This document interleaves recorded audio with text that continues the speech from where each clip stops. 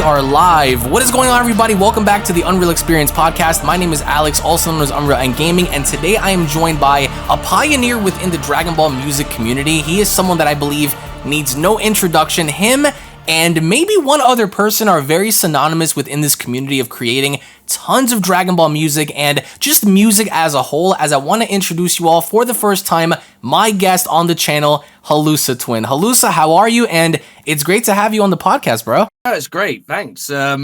I'm kind of lost for words, really.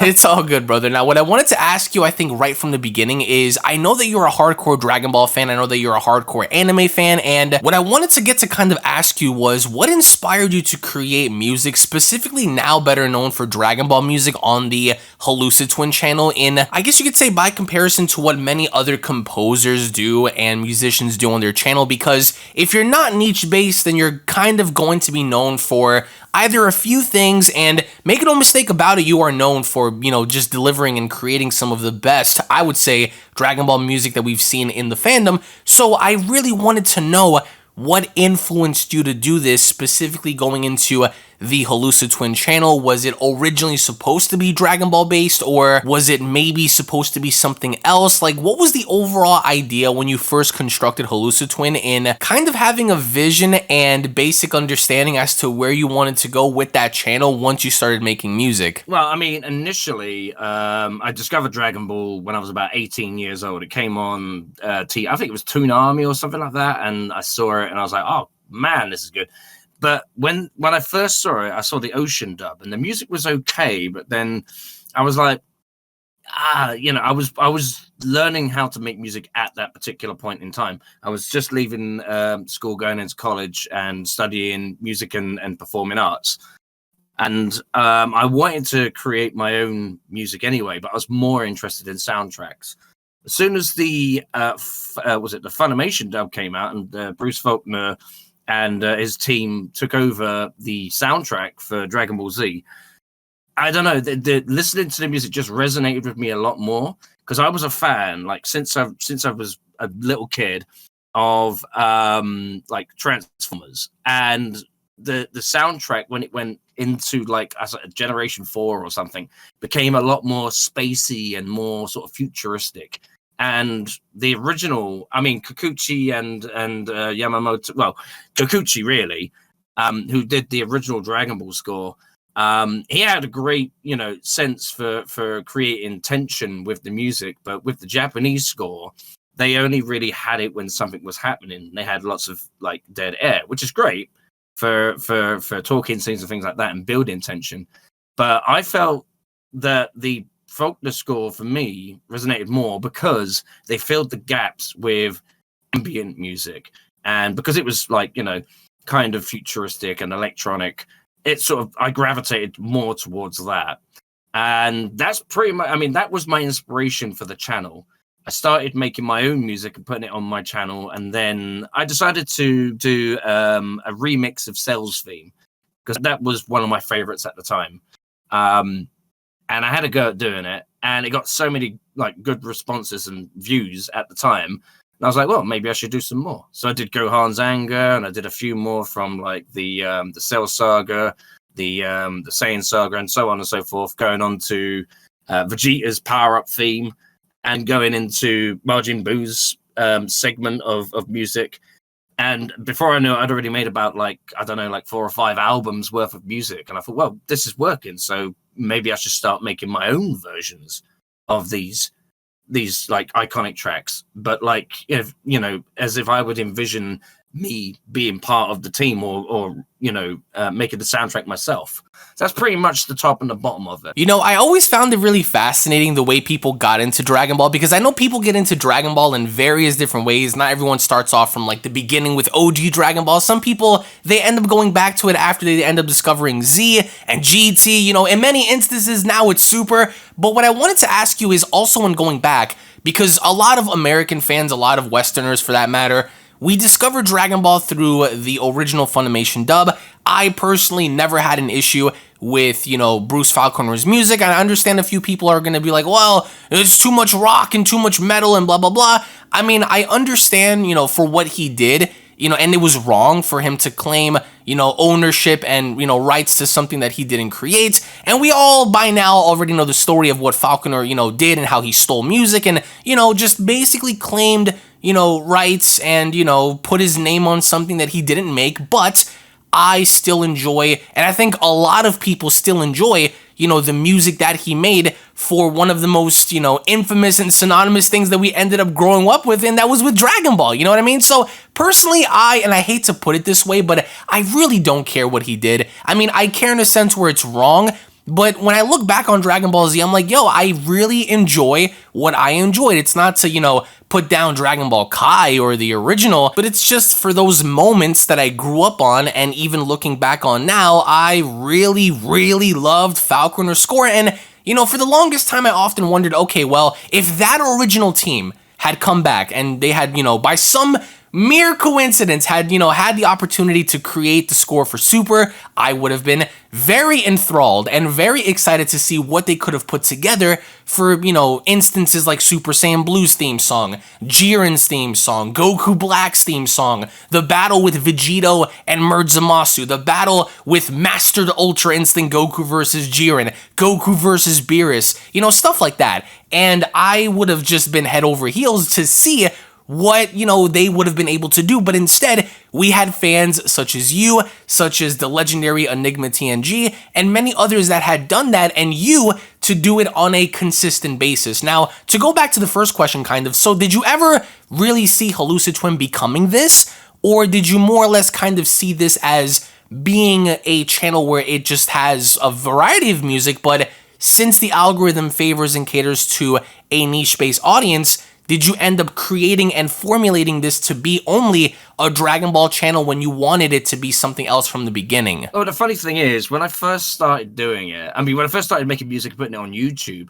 my initial idea, because at the time when I started my first YouTube channel, you didn't get paid.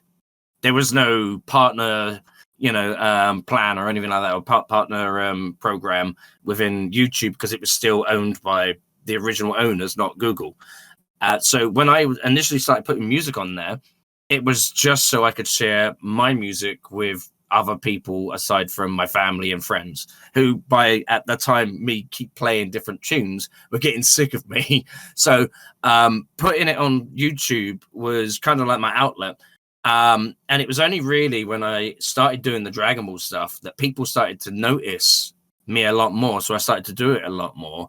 But initially, at the very beginning, I wanted to share music that I was making. Because, I like trance music. I like synthwave, rock, metal. And I always try to emulate all those types of things. It was only when I started doing the Faulkner score that I tried doing other soundtracks like video games, like Sonic, Gunstar Heroes, and things like that, that I found that I had more of a knack for doing soundtracks than actual songs. So I kind of fell into the category, if you like, of Dragon Ball in general, but like as a soundtrack artist overall, and it became more of an interest to me to become or to go down that route to make soundtracks, because there's so many more things that you can do with soundtracks that you can't do with music. For example, one of my biggest heroes is Hans Zimmer, and all of his scores like emulate the feeling of what's happening and the intensity of all that kind of stuff. Whereas in a song, you can't really put that in there. You can make something intense, but you can't really, what's the word? You can't emulate the emotion of something with just songs. Generally, soundtracks are better equipped for it. And that was pretty much it. I basically just kept making more and more and more, and then I decided, this is going quite well, and I'm getting quite known for it. I'm just going to stick to this. I throw a couple of extra tracks out there every now and then just to keep, people on their toes. But most people, especially on my channel, are more interested in the Dragon Ball stuff, even if it isn't from the show. If it's like based on Dragon Ball and I've made it up from my mind, or, like inspired by something and then created an original customized track, people still watch those more than they watch anything else on my channel. So I'm actually quite happy that I did fall into that category of Dragon Ball musical artist, if you like, because it actually helped me to upgrade my YouTube channel to official YouTube musician with the little music note next to my name, because of how many albums I sell online. They actually created a I think it's called a topic channel, which basically allows you. I get like revenue from that as well, but it links up to like my online albums and things like that, so it's easier for people to find my stuff. Well, I'm gonna keep it a stack with you. I don't think that any creator on this platform originally or ever thought they would be what they are now because they had their sights set out for something else. Like, I know for me, back in the day, because I've been doing YouTube now longer than mostly everybody that is in the Dragon Ball fandom, with the exception of maybe one other person that's been around just as long as I have been, but even then, they're not as consistent, right? Because they don't upload like every single day. Sometimes they miss out months. But for me, I've been here for 10 plus years, and I originally started by uploading games, vlogs, movie reviews, just Dragon Ball battles. I've been doing live streams, all these crazy things that date back 10 years. So when the algorithm kind of shifted,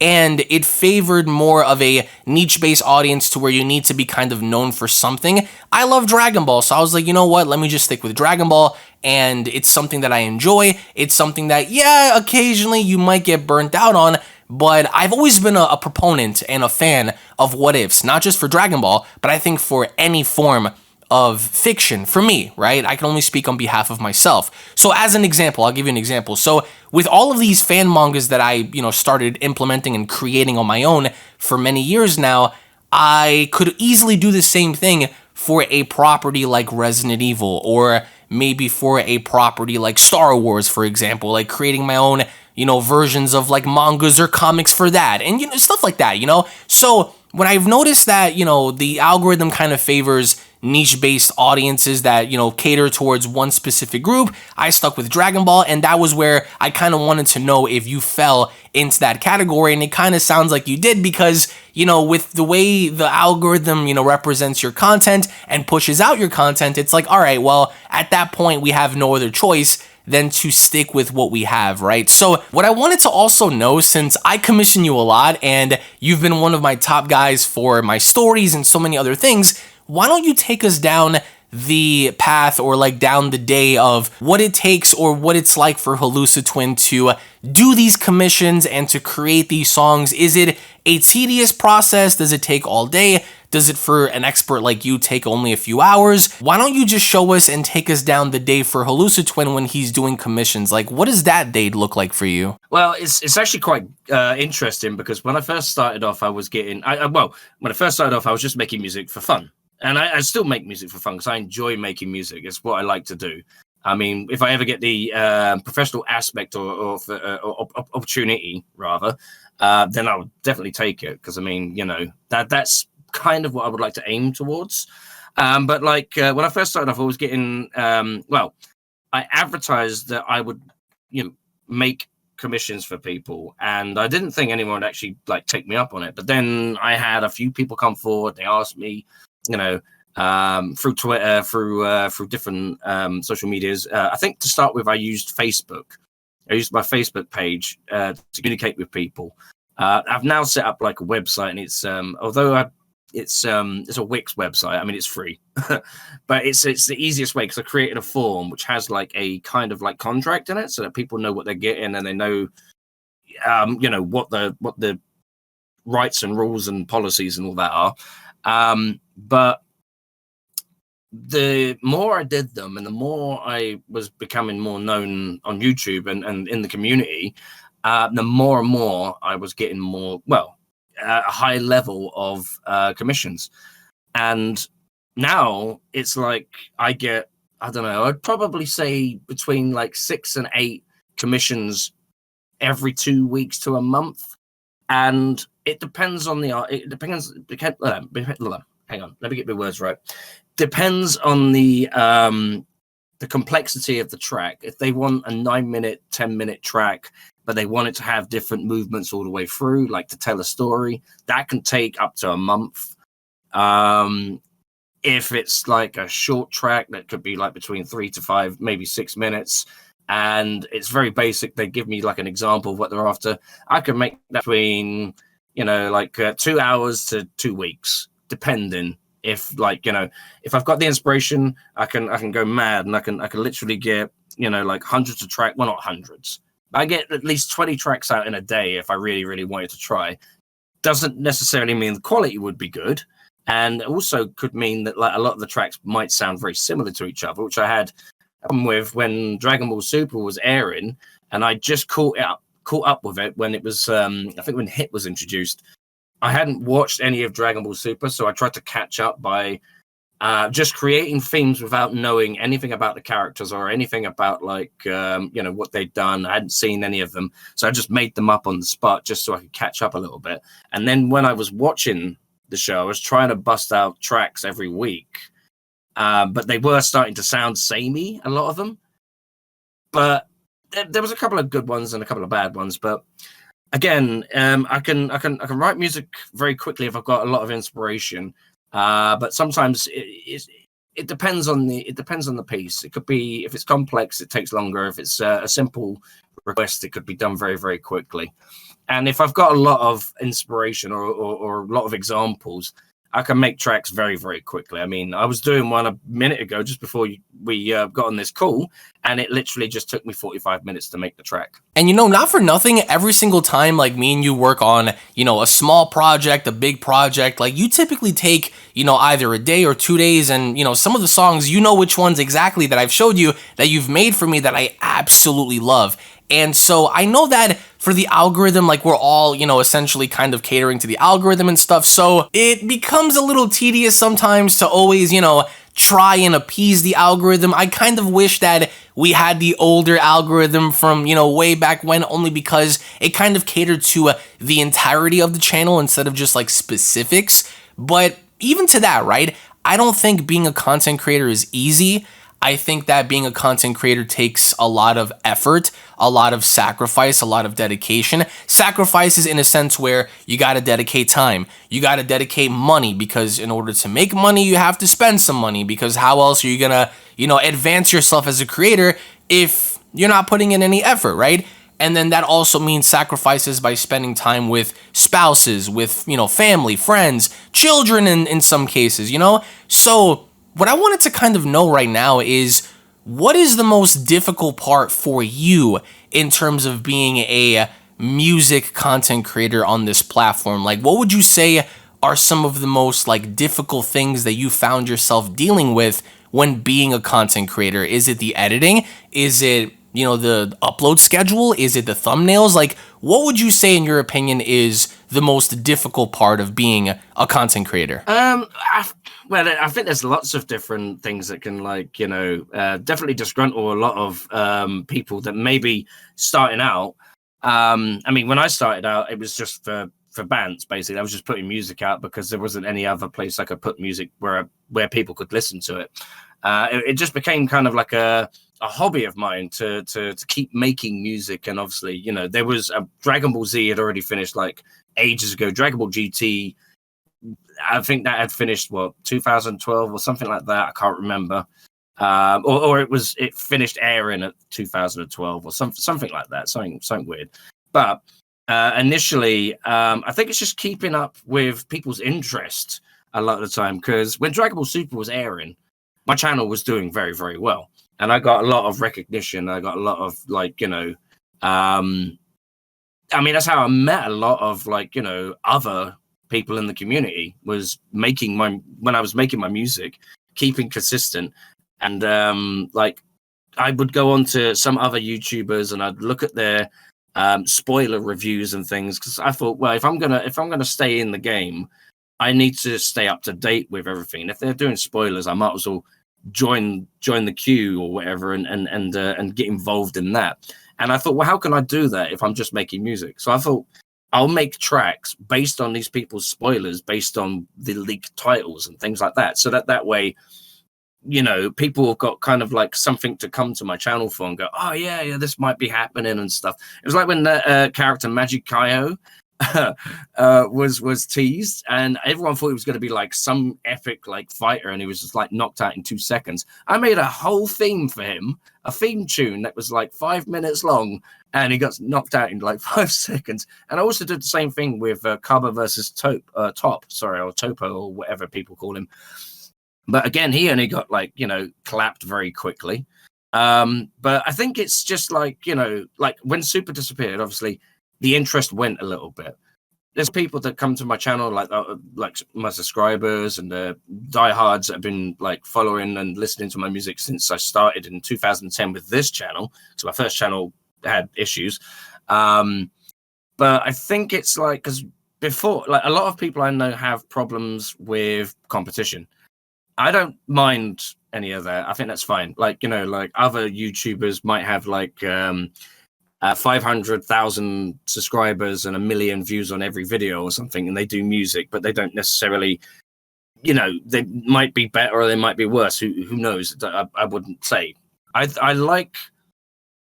don't mind the competition because I know I have my own audience. But some people I know have quit because they can't keep up with the competition. But that's up to them. But personally with me, I think it's just interest when people like with Super obviously not being a show at the moment, although they have put out a couple of movies and obviously the manga, that some interest has dropped a bit, and I don't get as much activity on my channel as I used to, although I have been mixing it up a little bit, doing other stuff, not just Dragon Ball.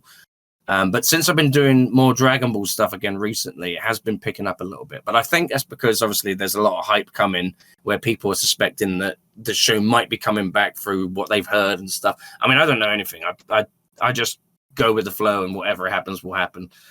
And if it does happen, then obviously I'll be well on that and back to work full time again. But yeah, I mean, that's the only thing with me. I think it's just like, people's interests. That's the most difficult thing, because you see your money go up and then you see money go down, and you put all that effort in, hard work, and you think, what am I doing it for? I'm not getting the reward that I was getting before, sort of thing. But again, I do it for the fun and I enjoy making music. So for me, I just have to motivate myself to remember that I just enjoy making music. It's not about anything else. And obviously, I've still got people out there that like listening to my stuff, and I want to give them, what they want, basically. So continue to do that and hopefully grow that way, sort of thing. And see, I think that when it comes down to motivation, that can be relatable, because a lot of people find it really hard to be motivated, or at least to stay motivated when it comes down to making content, only because, again, the algorithm. I don't have an issue with competition. I think that, in my own personal opinion, when it comes down to indirect competition, I'm very calm, I'm very relaxed. I want to do better, for myself. I want to be able to, make the best content that I can. But when it's direct competition, when someone is either insinuating something or making it kind of seem like that, in hindsight, you ain't shit compared to them, that's when I turn it up and I become overly toxic with being competitive, because then I have something that I want to strive towards. I want to make sure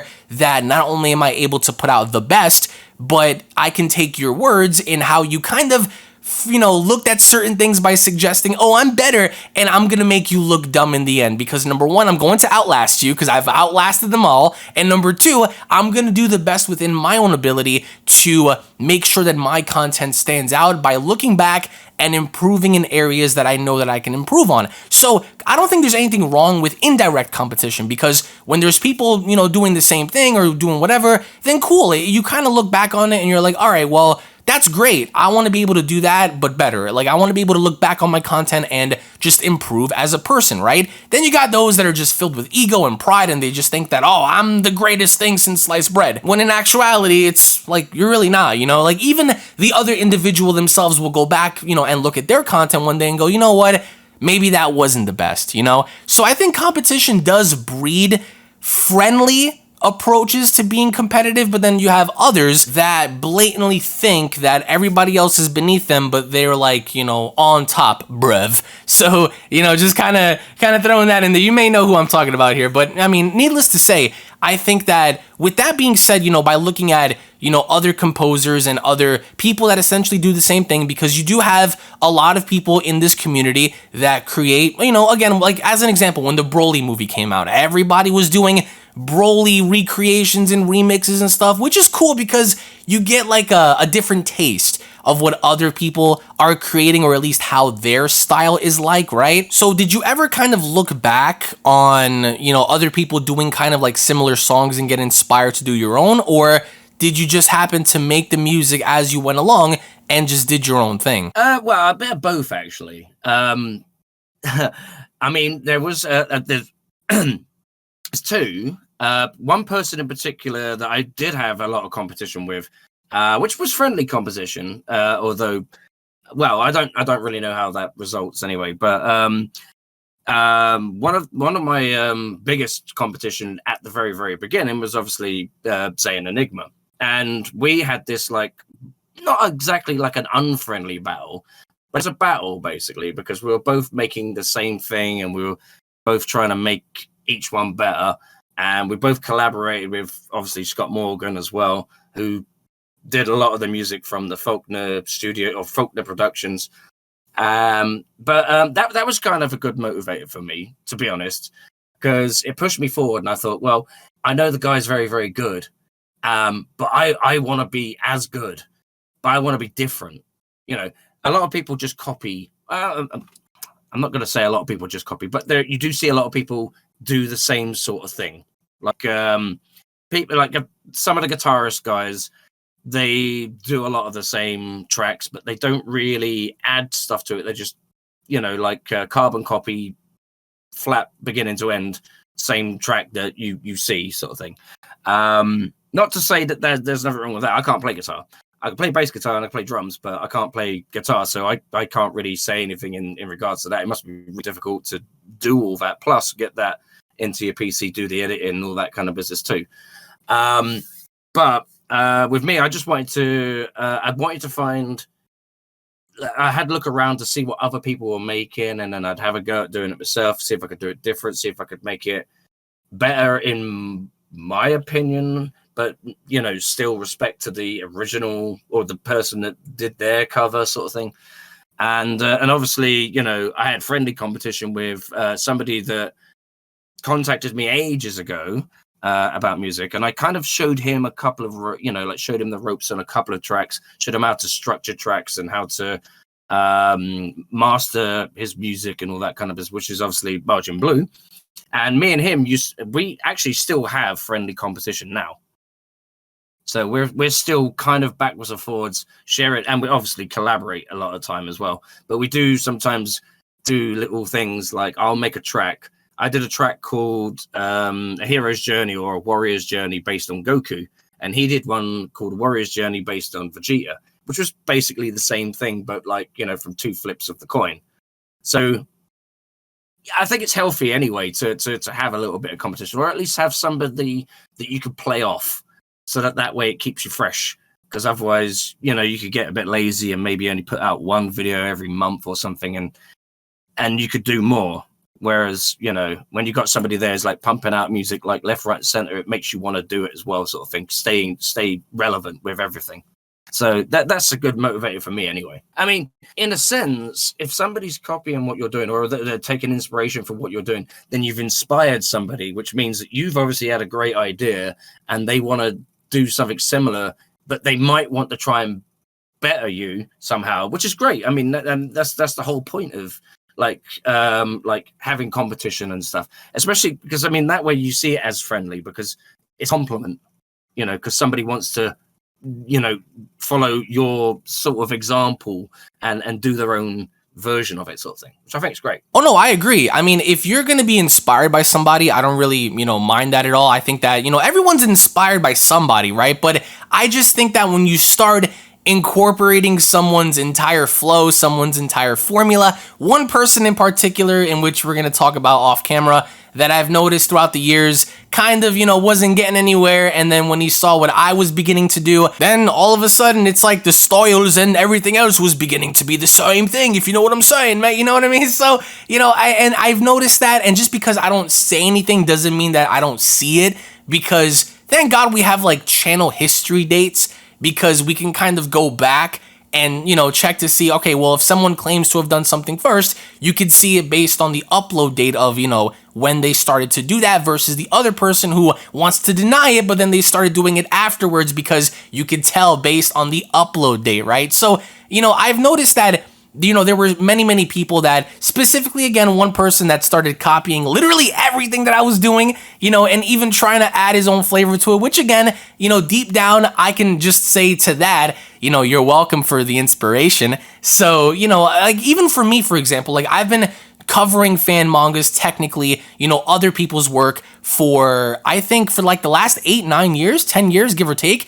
And I started creating my own mangas and hiring my own team right around the 2019 mark. So before many other people who aren't already artists themselves, right? So to that, I don't have an issue with people saying like, oh, you've inspired me because, before anything else, like low key, I've had big, huge creators and I still got the proof. I got the DMs that DM'd me saying things such as, hey, you inspired me to, create a channel. You inspired me to cover Dragon Ball. You inspired me to do fan mangas. And these are creators that I'm pretty sure everybody listening to this knows of. And they told me this. So that makes me feel good because I'm like, you know what? It means a lot to me that I was able to kind of help you or at least be some kind of an inspiration for you to do your own thing. And then you got others who just blatantly copy. And I remember you were telling me off camera that, you've seen yourself how there were certain people in this fandom that were copying you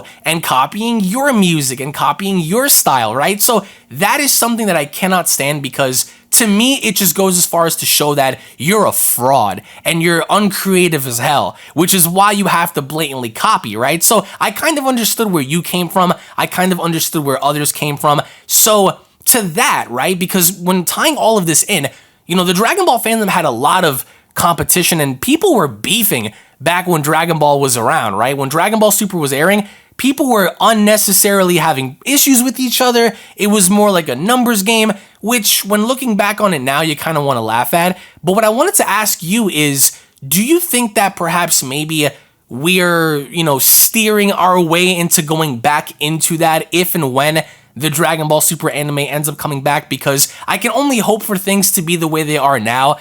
Calm, cool, collected, peaceful. If you want to do video responses and debates, that's cool. So as long as you keep it more like on a cordial level.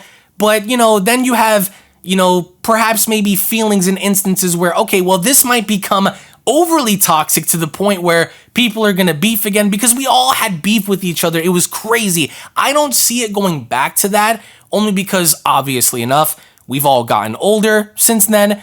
Not that that plays any kind of important role into things, but I think, since the days of like the, Super airing, it's humbled a lot of us, so I don't see us actually fighting for petty things like that. But then again, new people might come in and that might start controversy. So what's your take on perhaps maybe when the Dragon Ball Super anime comes back, are we bound to kind of have things cool, calm, and collected as it is now? Or are people just going to start beefing endlessly over the smallest things just like it was before? To be honest with you, I think, unfortunately, it's really going to, flip-flop back to the way it was. Because, like, if we just look back to before, like Dragon Ball Super, for example, when Dragon Ball Z was out, after Dragon Ball Z, in between Dragon Ball GT and Dragon Ball Super, when they had that period where people were just interested in Dragon Ball, but there was no Dragon Ball, everyone was kind of cool then. Everyone was like, sharing ideas, and everyone was like, oh yeah, well done, nice one, blah, blah, blah, blah, blah, all that kind of stuff. As soon as Super comes back, everyone's got their ideas, their theories, and all that kind of stuff. But then it starts where, people start disagreeing with each other. And there's nothing wrong with healthy debate. Right, but then there's like there's childness. Is that the right word?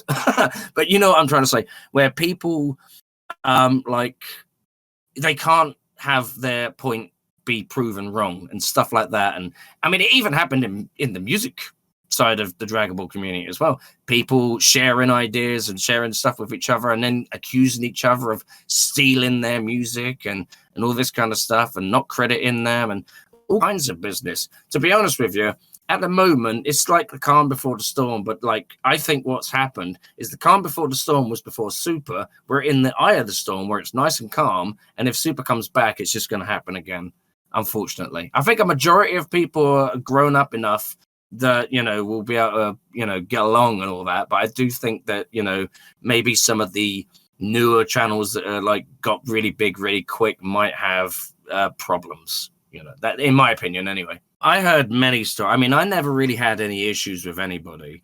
But I did hear about issues of other people, mainly things like they're doing a collaboration and then the person puts it on their channel without actually telling the other person, sort of thing, not without permission, that type of thing, and not crediting them and things like that, or sharing melodies, for example, like a chap might say, oh, you worked on this track, would you be able to send me the MIDI because I want to work on it myself? And then what they do is they just take the MIDI and then turn it into a track and then pass that off, and they don't even credit the person they got the MIDI from, things like that, So, and then being accused of stealing, even though you can really steal if somebody asks you for something, you give it to them. But I understand the context of like where that goes, because if you've given something, you expect to have at least some kind of like credit to your name for helping somebody with a track. Collaborations can work a lot of the time, but sometimes people collaborate which they don't know each other. And luckily for me, everyone I've collaborated with who I've never spoken to, like Size Mask, for example, never spoken to him. I think I spoke to him twice on Twitter. We did a collaboration. That was great. He did a cover version of one of my songs, which was for the SSJ4 guy, obviously known as the Saiyan Scholar or whatever the bloody hell his name is now. But I don't mind all that kind of stuff because I get, if people do the right thing, they credit people and all that kind of stuff, then there's no problems. But it has been like known where like people have like ripped somebody's track, like, and then like chopped it up into bits and turned it into a hip hop song, but they haven't credited the original artist that made the music, sort of thing. Not something from like, from the show, like ripped straight out of the show. Like somebody did a cover of a track and then somebody downloaded that track from YouTube, cut it up into bits, and then put a hip hop beat behind it and said that was a new track that they made, even though they didn't make the music, stuff like that. So it's silly little things, which could have been like completely, sorted out if they've just like, given credit to the original artists or played fair. So that just silly little things like that. So nothing really to do with the show. It's just more to do with musicians in general. Well, even to that, I heard, several stories that were going down within like the music sector. And I remember saying to myself and saying to Emish, I was like, damn, like even the music guys are beefing here and there. So, in terms of all of that, right? Like when it comes down to the positive side of the community, because there are lots of positives. Everyone always thinks, oh, it's so negative in the Dragon Ball fandom. Not really. There's always, sometimes you might have more positives or at least more negatives than positives, but you do have instances where a lot of positive things can come about. So, what are some of the positive things that you've either seen, within the fandom that has helped your channels, or things that you have seen on your channel that makes you want to create, maybe secondary channels for you to continue to find that motivation to keep pushing forward? Well, at the moment, I've got two channels and I'm currently in the process of transitioning the second channel back into a Dragon Ball channel, because I used to do like voice acting stuff, and I have like qualifications in acting and performing arts and things like that, but I never actually ever did anything with it. So I want to do something with that. But in the next 5 years, my goals, I would like to be doing a soundtrack for a show. I'd love it if it was Dragon Ball. I very much doubt it because obviously, Funimation, they don't really want to pay out to a separate studio to rewrite, the soundtrack for an anime that already has a soundtrack. Plus, Sumitomo is perfect anyway. Part of my stuff is actually based on Sumitomo mixed with Faulkner now, so it's kind of like I like both. Anyway, so in 5 years' time, I'd like to be an official, professional music creator or soundtrack artist for a series of some sort. That would be great. a 10-year goal, same thing again. Hopefully, still making music for shows and stuff, but obviously higher up, maybe doing movies even. Like Julius the Bosch, he did the soundtrack for the Boo saga, and he's done soundtracks for movies like Don't Mess with the Zohan and stuff like that. And something probably in 10 years' time, I'd probably like to do something with my voice acting thing. A bit like, just like maybe just video game character voices or something. It would be nice if it was in Dragon Ball as well. That would be absolute dream. But anywhere would be great, because then I'd have like the facility and the say some background to apply to different places, like Funimation or any other studio that might be dubbing that wants to change the soundtrack. Okay, so wait, this just actually came to mind, because if you're so passionate about music, then do you ever see yourself maybe starting up like a HalusaTwin LLC, like an actual company that creates music? Do you see yourself more or less kind of staying on YouTube and other platforms? Because, starting up a huge business, like an actual composing, industry, sort of say, or getting into that industry wouldn't be easy. But do you ever see yourself doing that? Or are you more or less kind of going to stay around on here for the time being? I think, if I could start my own production, it'd be great if, because obviously I've built kind of like a small, it's really funny, we call ourselves the Music Guild, but we're not really a guild. It's just basically me and a bunch of like Dragon Ball musicians that I've worked with and I collaborate with a lot. It would probably start off with us, and I think we'd just like outsource ourselves to new companies or animation studios and things like that, even if it's just web comics to start with, or web series to start with.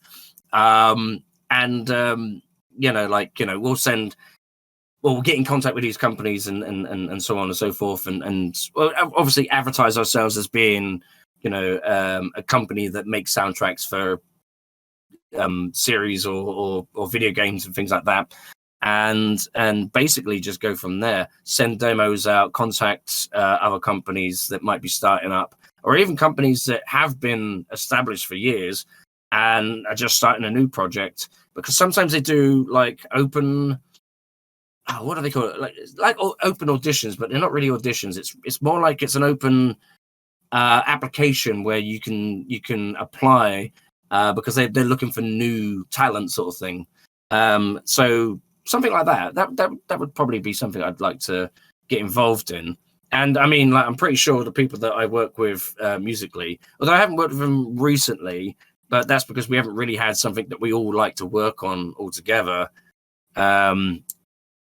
All the time.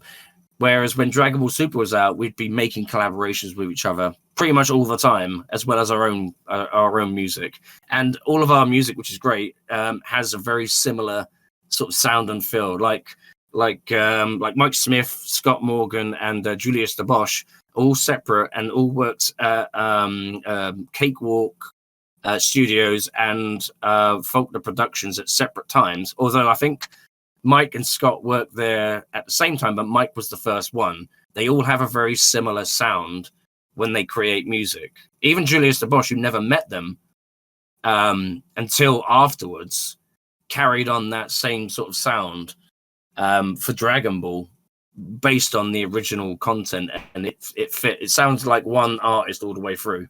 So that's kind of a good bonus as well. Fair enough. Again, starting up like a huge business like that or a company that makes music isn't easy. But here's something what I wanted to know as well, because we brought him up a few times. What are your personal thoughts on Bruce Falconer? Because again, even though he did what he did, he's been castrated left and right for doing what he did. Outside of, the SSJ team as a whole, what do you think about Bruce and that team specifically? Do you think that maybe it was, again, maybe a huge missed opportunity in not seeing perhaps maybe them go as far as to create music for Super? Again, like I said during the beginning of this episode, I would have really had loved to see what things would have been like if they did go that far to create and, do music for instances such as, creating a Golden Frieza song, creating a Hit theme song, creating a Goku Black theme, a Merge Zamasu theme, creating a Vegeta versus Topo theme, stuff like that. So do you ever see them kind of working together? Do you ever see them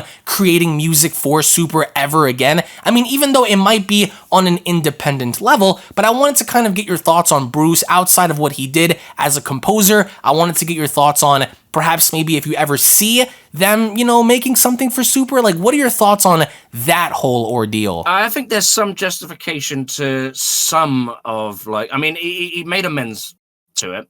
He fixed that issue, which was Mike, Scott, and Julius being discredited from the soundtrack.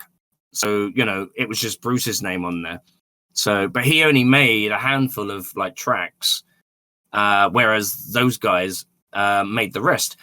I think because of the time, it was I think it must have been the 90s or something when they started, and they were interns.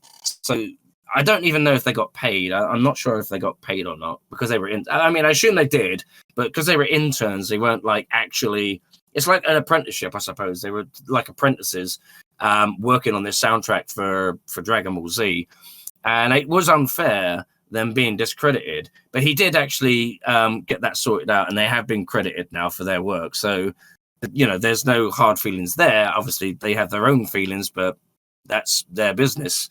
And in regards to Super, now it would Dragon Ball Z, the Faulkner Productions soundtrack. I mean, it's great. It's nostalgic. It is a little bit, I want to say amateur, but I don't want to say amateur like I'm some kind of expert. I want to say it's it's not like what you would normally hear. It's not structured like the same way you would normally hear music. But I think that's why I like it more, because it is a bit all over the place. It is a bit sort of up here and down here. I think that's too wrong with the music. But the feel of it is great, and every track usually explains, or you can listen to the music and or you can hear a bit of the music start and something bad's going to happen, or something good's going to happen, or something heroic's going to happen. If those guys were still working at Faulkner Productions, it would have been great to see what they would have done with Dragon Ball Super, but without them and just Bruce, I don't think the Dragon Ball Super soundtrack would have been very good. Bruce Faulkner's sort of standard style is rock. He likes his like a lot of rock guitars, all that kind of stuff. A bit just trying to think of something. Not like Metallica. Metallica would work, but I think that might be a bit too heavy for Super anyway. But all that kind of the riffing stuff, like Pearl Jam, someone like that. I think he likes all that really technical guitar stuff, whereas obviously with Dragon Ball Z, it's a lot of keyboard stuff, which I think is very good for that. Plus, it does give it that kind of slightly more futuristic feel because of it being aliens and flying about. With Sumitomo doing Super, it makes sense because he takes a kind of an inspiration from both Dragon Ball and Dragon Ball Z, using orchestral riffs and cinematic sounds, as well as including sort of electronic elements into the tracks. But I think it's a lot more tidier, a lot more structured, and obviously it gives it more of a godly feel, which is obviously what the show's sort of aiming at, god powers, gods, angels, and all that kind of stuff. But it would have been interesting to see what SSJ and Scott, Mike, and Julius would have done with Bruce for Dragon Ball Super if they'd have had the chance to do it. I talked to him regular. When I say regular, I don't mean I talk to him every day or anything like that. It's more every now and then, I might talk to him last week, and I might talk to him next week or something. And I've asked them about whether, because they still gig. I don't think they're doing as many gigs now, but when obviously after KamehamehaCon, they were doing gigs all over the country as SSJ, doing the Dragon Ball tracks that they'd done. And I asked them whether they would do Dragon Ball Super tracks like in their style. And they pretty much said that they were just going to stick to the Dragon Ball stuff. That's the only thing they were really interested in, which is a bit of a shame, really, because it would have been nice to hear like their renditions. I mean, personally, I think if I spoke to Mike by himself, I think Mike would just go, yeah, dude, why not? Because he's so laid back, that dude. It's crazy. Well, I mean, again, I just personally would have just loved to see what things would have been like for them to be on board and for them to essentially come on and I guess like create something one last time, I guess, for the fans, even though what happened and it was, geez, like 20 years ago, or yeah, 20 plus years ago, dude. It's been a while. It's been a long time. So, you know, to that, I think it would have been great to see, but this is why we have you and we have just a handful of, you know, others that really, there aren't that many by comparison to how I think should be, but, you know, because everyone has like their own flavor. Everyone has, like you mentioned earlier, their own drive and motivations as to why they do what they do. But in closing, if there's anything that you would like to tell the world, if there's anything that you would like to share, projects, ideas, upcoming things that you're going to be doing on your channel, as I've told you before, you know, you should definitely be doing music that correlates to the manga, and you guys can find a whole lot of that on his channel once, of course, you guys end up seeing him stream and just put out all the songs that we've commissioned, you know, privately throughout the years on his channel. But if there's any closing, you know, comments that you have or anything that you would like to share to the masses, the floor is yours for you to open up with anything that you want to open up with, bro. Well, obviously, you know, I'm still making music. I'm going to get back into the Dragon Ball stuff. I'm like, because my most recent videos have been commissions, and a lot of them have been Dragon Ball related anyway, or themed, based at, which obviously a lot of them are inspired by other people say OCs, but they really don't give me too much information. I've got like free reign to pretty much do whatever I want, make the track, and then send it back to them, and they usually enjoy it. There's only ever been a couple of times where people have said, "Oh, could you just change this bit, or can you take the beat out, or can you, you know, put a sad bit at the beginning, or anything like that?" But most of the time, it's usually great. But I am going to start making music for, you know, by myself, for the channel, for obviously the viewers. And going to start working on putting out some new albums, because I looked at my site the other day and I realized that the last Dragon Ball album I put out was 4 years ago. So I figured, well, people they probably still want some music, and people are still into the manga. So, you know, and it was kind of your idea as well. You kind of like inspired me and helped me as well come up with a few new ideas.